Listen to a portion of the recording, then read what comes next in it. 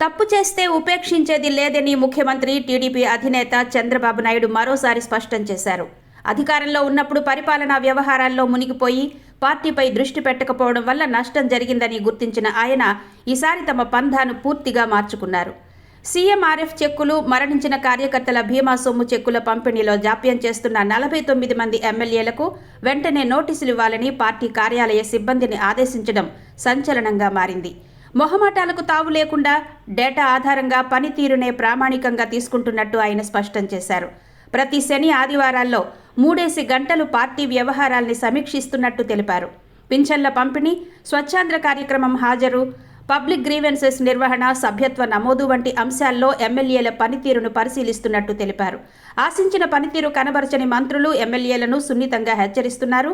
రాగద్వేషాలకు అతీతంగా ప్రజలు మెచ్చిన వ్యక్తికే రాబోయే ఎన్నికల్లో పెద్దపీట వేస్తానని స్పష్టం చేశారు. చంద్రబాబు ఇలా ఎమ్మెల్యేలను హెచ్చరించడం ఇది 3వసారి.